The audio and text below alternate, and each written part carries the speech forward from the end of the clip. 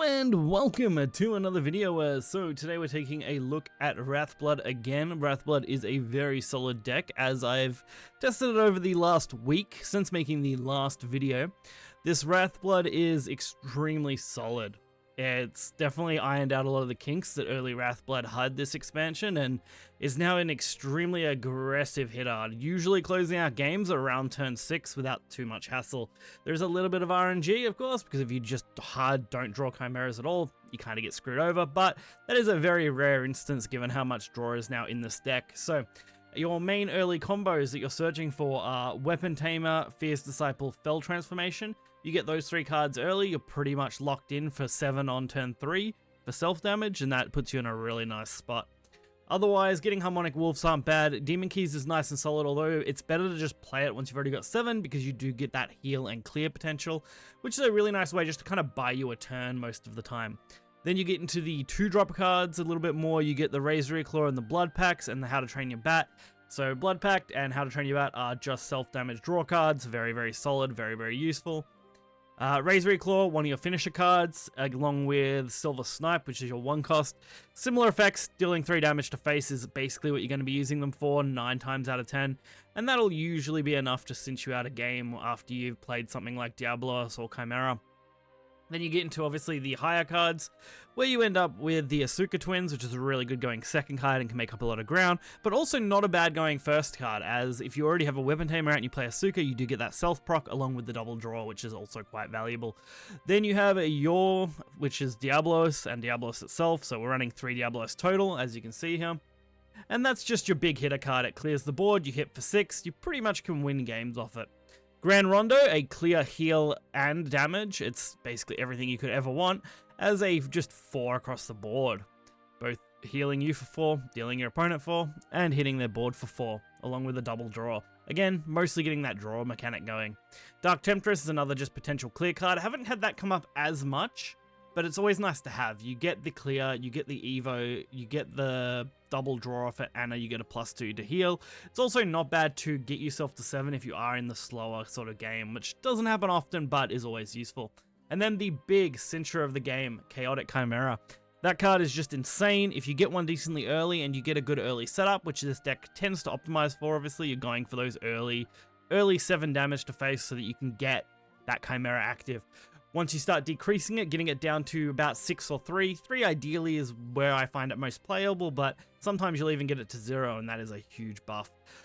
You can do massive damage. I have been able to do anywhere between, on average, 12 to 18, depending on my hand, due to the fact that Chimera both draws you 3, deals 6 to their board and 6 to face, and can be played alongside Diablos, your Razor Claws, your Snipes, for a massive amount of damage, so it's really quite good. So we're going to get into some games now and check it out.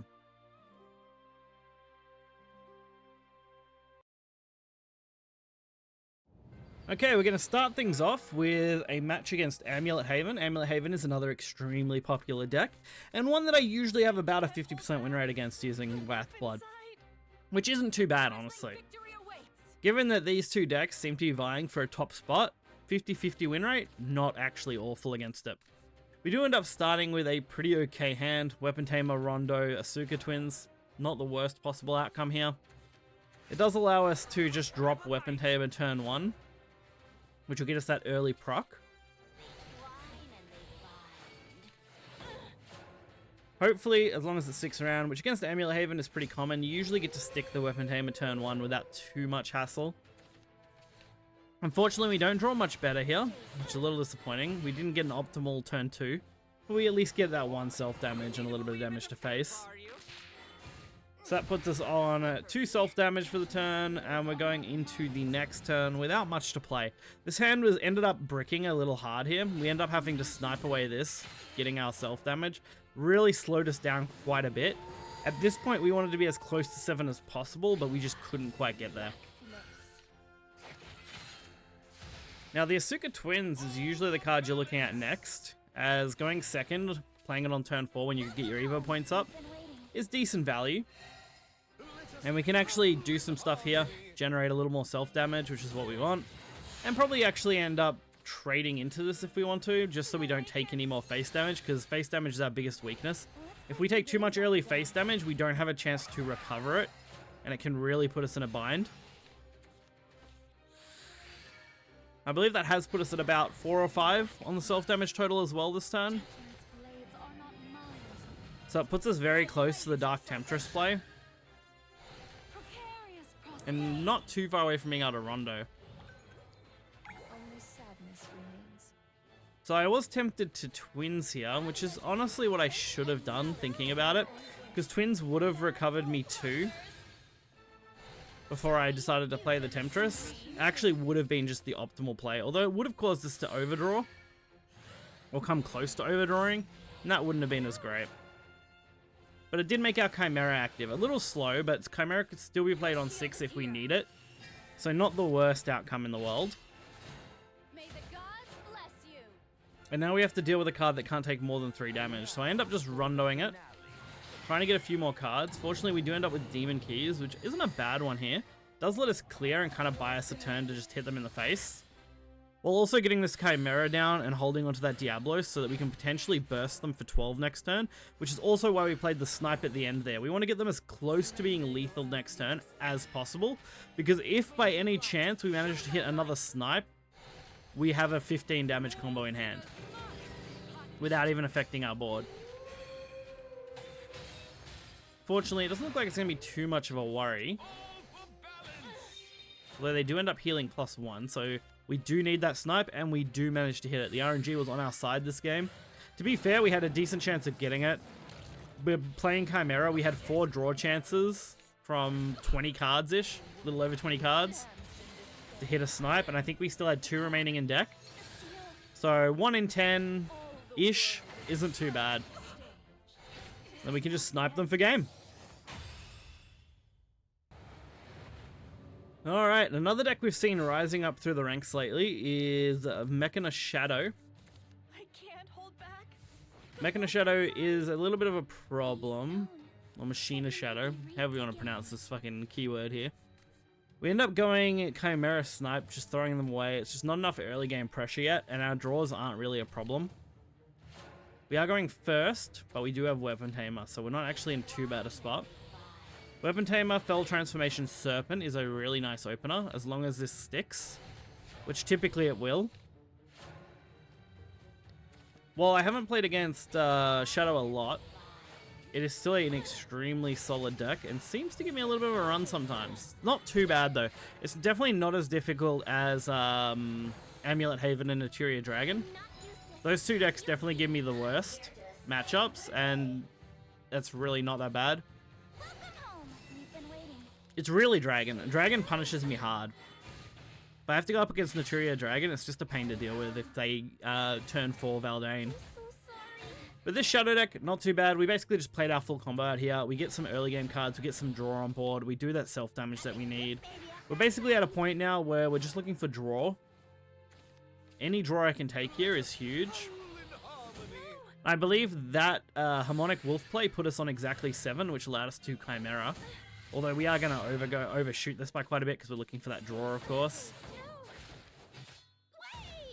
And then we can just go face a little bit, get some more damage in, and drop a Harmonic Wolf just to set up another draw. Does mean we have to take a little more self-damage, but Shadow doesn't have a lot of early game pressure with Storm. So it's not usually a problem that I have to deal with. Like, the worst they can do here was this, Goddess of Compassion, wipe my board with it, which I honestly don't mind. Getting a board reset here is completely acceptable. Now, I was trying to decide whether I wanted to Rondo this or not, and I end up going with Temptress, because I want to guarantee the removal on the 5/5, because it is going to cause me some issues. We end up getting really lucky here too. We end up hitting Diablo Snipe, which does set us up for a potential lethal for 12 damage. So as long as they don't heal here, we can lethal them next turn. If they do heal, then I have to come up with another solution. Which, they obviously heal with the hoverboard, giving them a +3.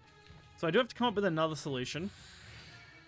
Since I can't lethal them this turn, I end up just Rondoing, which does heal us and kind of sets us up a little bit. We end up doing a second Chimera, which opens up the Diablos play now. I can play the Diablos, we've done 10 damage on board, we open up the chance to do another 12 next turn for lethal, And that should be really hard to out-heal, and they shouldn't be killing me on turn 7 here.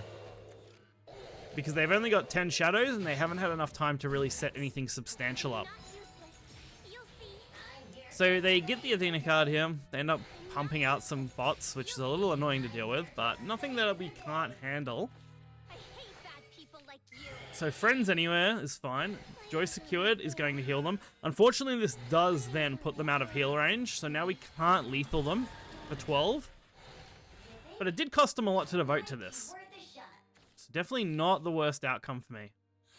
So we go for the Fear, which makes our Chimera 0, so we play it to get the 3 draws. That's mostly what we're after here.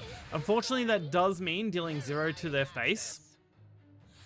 But I really wanted to see if I could get something good out of this draw. We end up going for another Rondo here for 4 damage. And I end up drawing the Yor, which is the Diablos. So we get to play the Diablos out, wipe their board, because the roly-polies do not have protection from being destroyed, which wipes them and allows me to go for 6 to face, while still retaining a Rondo and a Chimera for next turn. Plus, a 6-6 and a 6-4 are not bad. It ends up being a pretty nice spot for us overall. Especially with 19 health. They're really looking for any way they can heal themselves to get out of lethal range. Unfortunately, they don't find it at this point, which leaves them vulnerable to this Rondo Chimera play.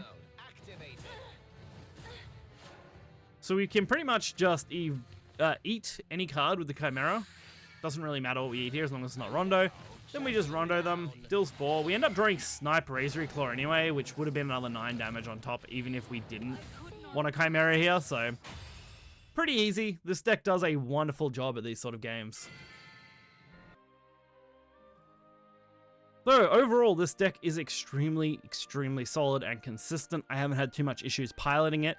There will be some instances where I'll have a little bit of a rough time, where I might win a few games, lose a few games, but I managed a 12 win streak with this just before I am making this video now, because I was like, okay, this is definitely consistent enough for a really good revision of our previous video of Wrathblood. It's still extremely budget orientated as well. Not a lot really changed between the first video and this, although I have tried about 3 or 4 different Wrathblood variants. It's really just the inclusion of Fell Transformation and making sure the Asuka Twins was in here and the Blood Packs, most of which are pretty budget orientated cards.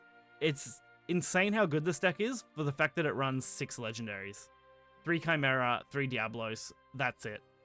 The golds also aren't too heavy either. We're running 12 total golds between the 4 cards, which is insanely good.